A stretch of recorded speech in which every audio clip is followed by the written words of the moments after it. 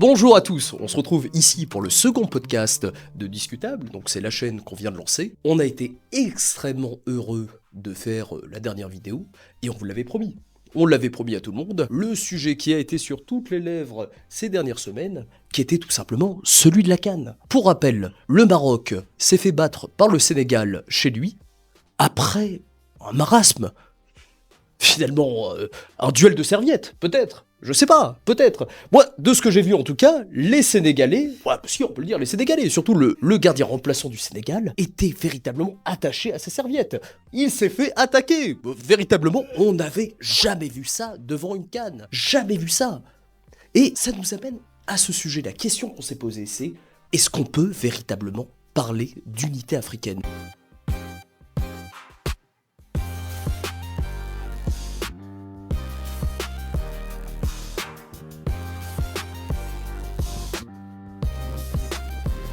Et forcément, mon bon Nassim, qu'est-ce que tu en as pensé ? Qu'est-ce que tu as pensé justement de cette CAN ? Je pense que tu as des choses à dire. L'heure est grave.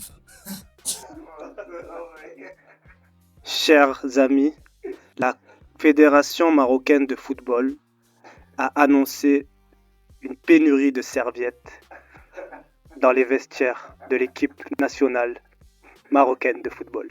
Donc voilà où on en est aujourd'hui, vraiment.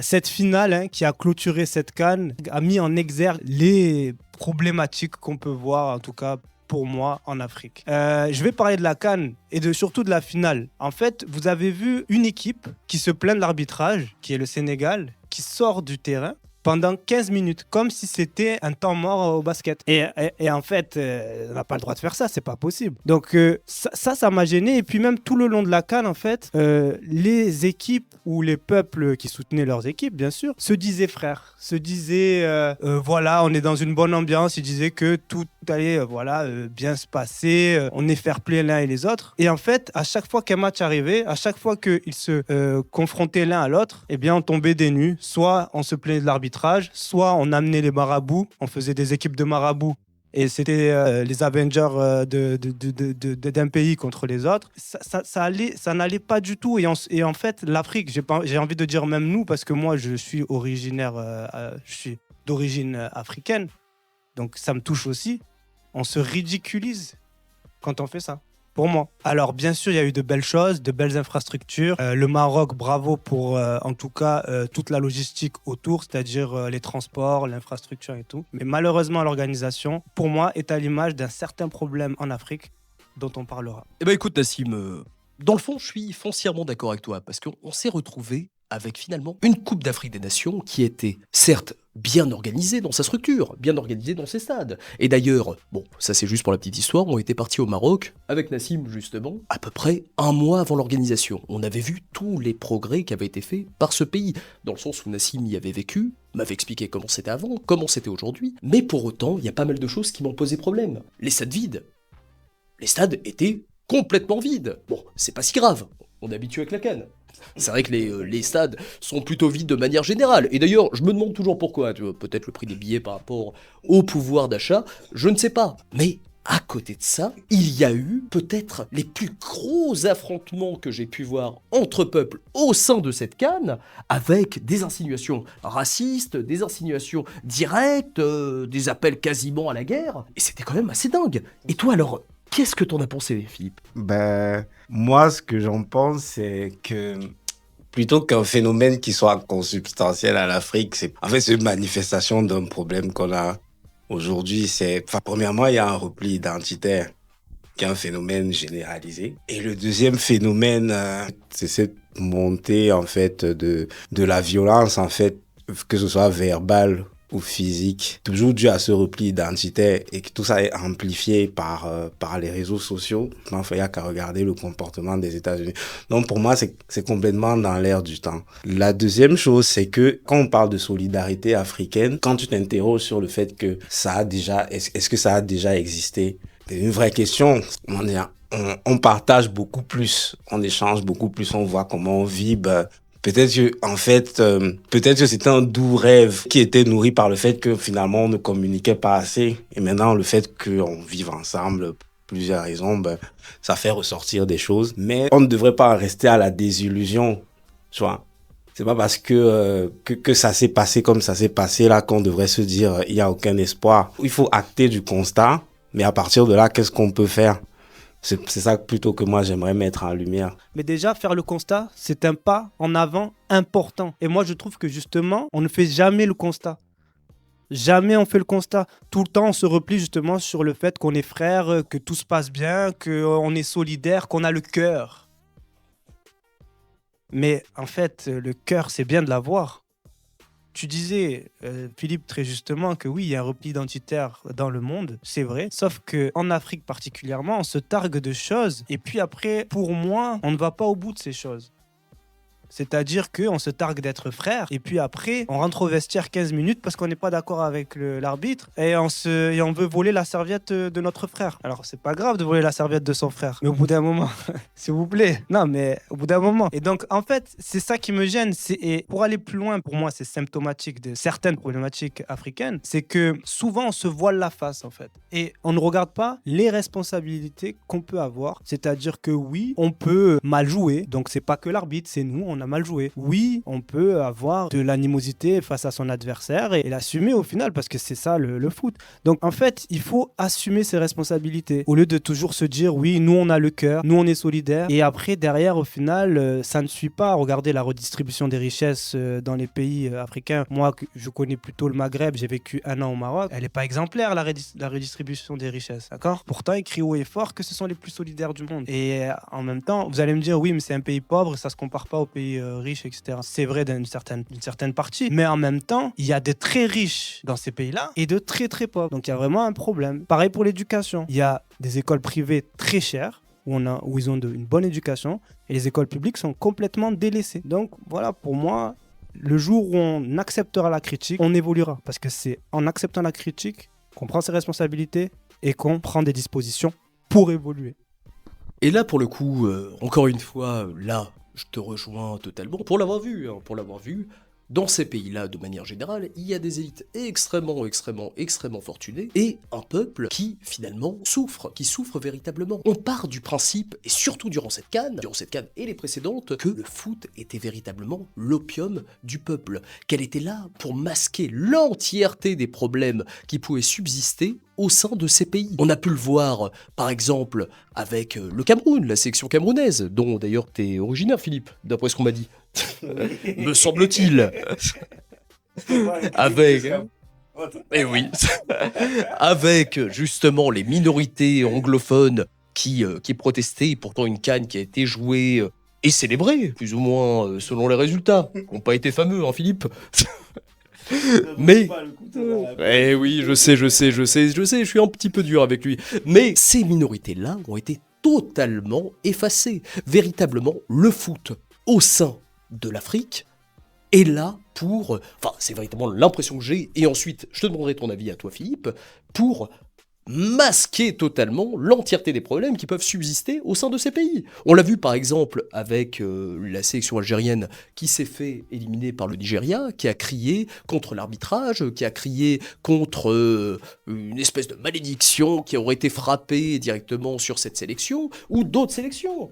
Par exemple, là, on l'a vu avec le Maroc qui se sentait lésé par ce match, le Sénégal qui s'est lui aussi senti lésé. Comme tu l'as dit, Nassim, les joueurs qui partent au bout de 15 minutes, on n'a jamais vu ça. Enfin, 15 minutes, c'est quoi? C'est une pause, c'est une mi-temps, ils ont décidé eux-mêmes de leur mi-temps. Et c'est quand même assez dingue. Ils ont décidé eux-mêmes de leur mi-temps.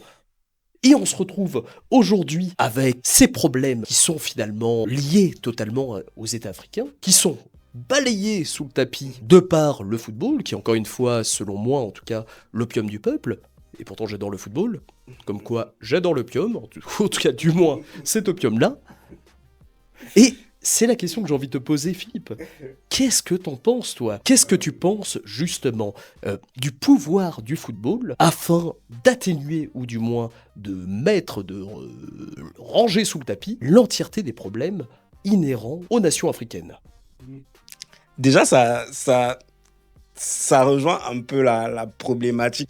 Quand Nassim dit que il faut que les gens, par exemple, comprennent que en hors-jeu, enfin, que les gens comprennent que ce n'est que du foot. Mais justement, c'est beaucoup plus. En fait, en Afrique, le football, ce n'est plus que du sport. C'est beaucoup plus que ça, en fait. Il y a, comme tu dis, c'est l'opium du peuple. Il y a des romans nationaux qui se construisent. Par exemple, l'histoire du Cameroun est très, très liée au football. C'est devenu presque une religion, en fait. Donc, quand les gens viennent au stade, surtout quand tu vois, par exemple, le Maroc, comme tu as dit, moi, je prends le point de vue, vous avez vu les milliards qu'ils ont investis dedans, c'était leur projet. Ils n'avaient pas gagné depuis, je ne sais pas combien, c'était 50 ans, c'est ça? Je ne sais plus. Depuis les années 70. Donc, il y avait vraiment... Et puis, ils avaient les effectifs, les Brahim Diaz, Hakimi. Voilà, les étoiles semblaient alignées. Donc, effectivement, toutes les forces étaient là. Donc, limite, on peut voir dans les actes qu'on a observés là une espèce du 12e joueur, en fait. C'est le peuple qui voulait vraiment et qui a tout essayé. Mais voilà, parce que le football, c'est beaucoup plus que ça. Donc, ouais, c'est un opium. Et au point où, justement, quand ça se passe mal, ça rejaillit de cette façon. Enfin, tous ces problèmes-là rejaillissent de cette façon-là. Du coup, je suis d'accord avec Salim. Je suis d'accord avec toi parce que c'est un opium du peuple. Et ça explique amplifié, pour toutes les raisons que j'ai ajoutées avant, ça explique qu'on en arrive là, en fait. Ouais. Voilà. Oui, Philippe, je suis d'accord avec toi. Oui, Salim, je suis d'accord avec toi. Le football est l'opium du peuple, en Afrique en tout cas. Mais pour moi, ceci n'explique pas cela. Ou alors, même si ça l'explique, ça ne l'excuse pas. Dans le sens où, si c'est l'opium du peuple, déjà, il faut se poser la question. C'est un problème. Opium, c'est quand même quelque chose de fort, hein, l'opium. Donc, si le football est l'opium du peuple, c'est pour faire oublier d'autres problématiques, que je comprends, il y en a, hein, et on le sait tous. Mais je ne critique même pas le football en soi. C'est à travers le football que je veux critiquer ce qui se passe en Afrique, pour moi. D'accord ? Et voilà, rien que déjà dire critiquer l'Afrique, c'est dur. Vous voyez ? Parce qu'on n'arrive pas à critiquer l'Afrique. Parce qu'il y a toujours cette... En fait, c'est presque un complexe de supériorité. C'est-à-dire, on ne va pas critiquer la victime. C'est dur ce que je dis, mais c'est ça en fait. Donc, on ne va pas critiquer l'Afrique. Alors oui, encore une fois, je le répète, il faut critiquer l'Afrique. Comme il faut critiquer la CAN, elle a été critiquée, il faut critiquer l'Afrique, il faut critiquer les pays. Ils ont un potentiel énorme, ça on le sait tous. Ils ont des possibilités énormes et je ne parle même pas que des exploitations ou que des ressources naturelles, hein. Je parle aussi des humains là-bas, ils ont des capacités, un potentiel incroyable, mais c'est mal exploité parce qu'il y a une intelligence collective ou en tout cas une structure collective qui ne fonctionne pas parce que chacun ne se fait même pas confiance. Alors qu'en apparence, ils crient tous et haut et fort qu'ils se font confiance.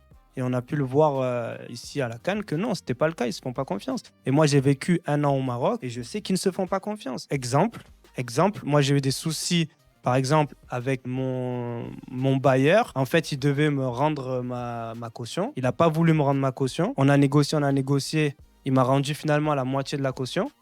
Et il a dit, parce que c'est par l'intermédiaire de quelqu'un, parce que j'ai pas réussi à l'avoir directement, il m'a dit, heureusement que vous êtes des Français.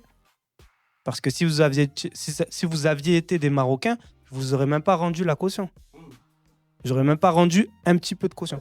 Et ça, c'est qu'un exemple parmi tant d'autres, hein, parce que j'en ai plein d'autres d'exemples où, justement, il y a cette remarque qui revient souvent. Heureusement, vous êtes Français. Mais le Marocain, c'est ton frère, en fait. Ou en tout cas, c'est d'après ce que tu dis. Oui, en tout cas, c'est un compatriote, je sais pas comment on peut dire, voilà.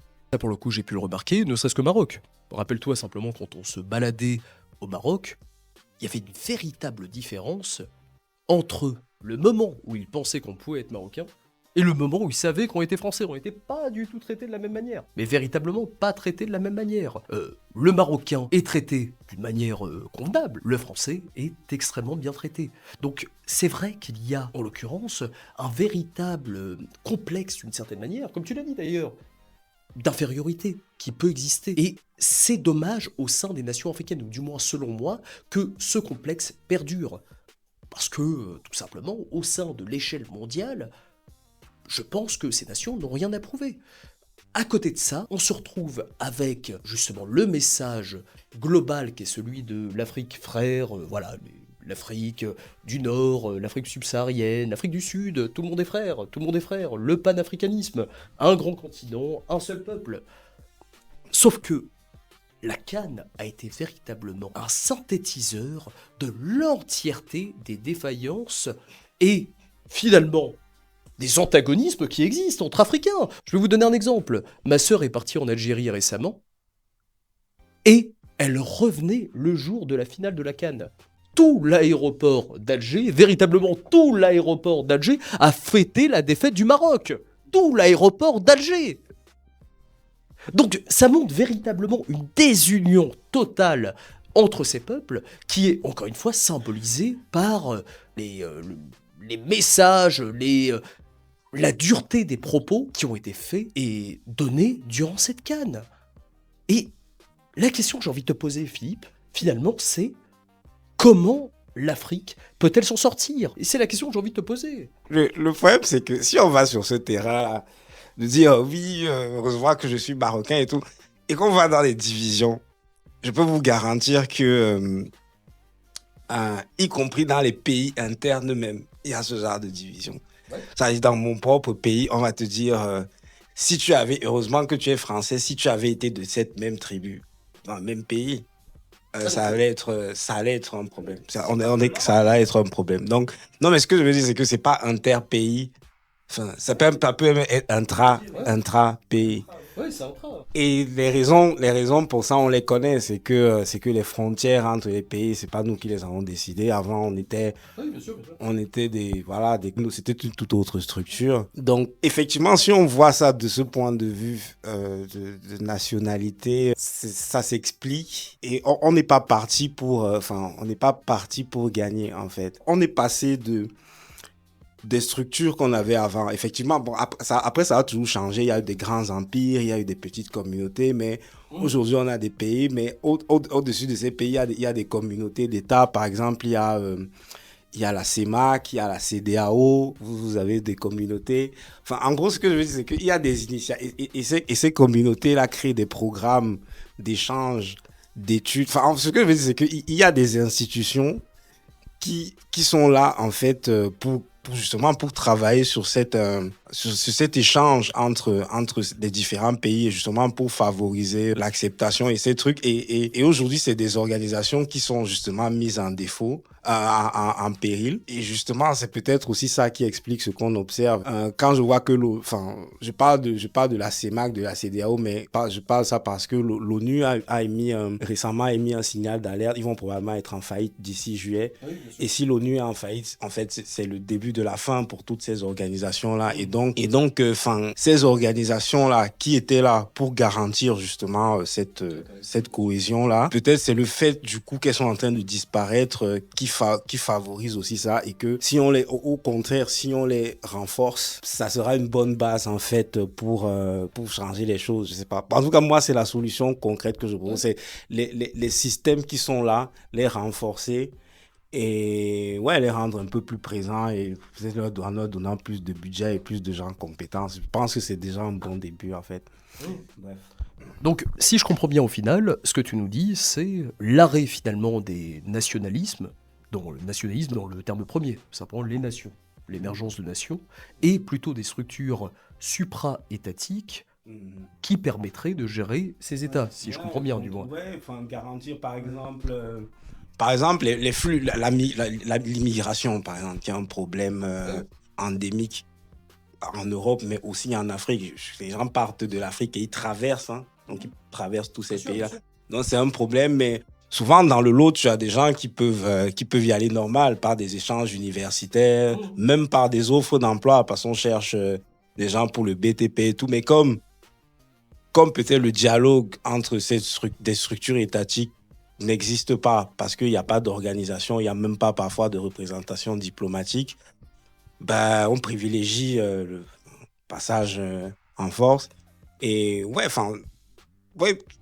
tu vois, c'est ce genre de truc dont je veux parler, dont je parle en fait. Bref. Et justement, tu vois, Nassim, véritablement, je sais qu'on en a énormément parlé de ces potentielles complémentarités entre pays africains. J'aimerais prendre l'exemple simplement de deux États, dont un dans lequel tu as vécu durant une année, que sont le Maroc et l'Algérie, qui sont véritablement en guerre ouverte. En guerre ouverte à la fois diplomatique, à la fois politique, au niveau des populations. On le rappelait justement, tout l'aéroport d'Alger qui célèbre la défaite du Maroc, pourtant pays frère, qui est un pays avec une culture semblable, avec une religion semblable, avec des gens qui sont semblables, avec une histoire plus ou moins commune. Et j'aimerais savoir véritablement ton avis sur cette question. Est-ce que ces pays-là doivent finalement savoir faire un pas l'un vers l'autre alors qu'ils ne sont pas si différents? Et d'un autre côté, est-ce que cet état de fait explicable selon toi ou ne l'est pas? Alors, merci de me poser la question. Je vais rebondir d'abord sur ce qu'a dit Philippe. C'est très intéressant, j'y avais jamais pensé concernant les États. C'est vrai que les États, alors ça oui, historiquement on le sait, les États ont été tracés à la règle. Donc bien sûr, ils ne définissent même pas une patrie. Ça ne désigne pas une vraie patrie en réalité. Ils ne se retrouvent pas, en tout cas grâce à l'histoire, dans ces frontières-là. Pourtant, ils ont été obligés de partager ces frontières-là. Et ça a créé des conflits d'ethnie, etc. Et peut-être même des problèmes de structure, des problèmes du coup économique, et ça a empêché le développement. Et penser justement les États d'Afrique différemment des États qu'on connaît sur la planète, c'est-à-dire à travers des organisations indépendantes, on va dire, entre guillemets, qui relient ces pays, c'est ça un peu? C'est des organisations qui relient ces pays et qui... une espèce de méta-pays qui pourrait relier les Africains. C'est pour ça d'ailleurs qu'il y a toujours eu ce doux rêve de faire une union africaine. À travers ceci, peut-être qu'on pourrait la faire et je pense que c'est une voie possible.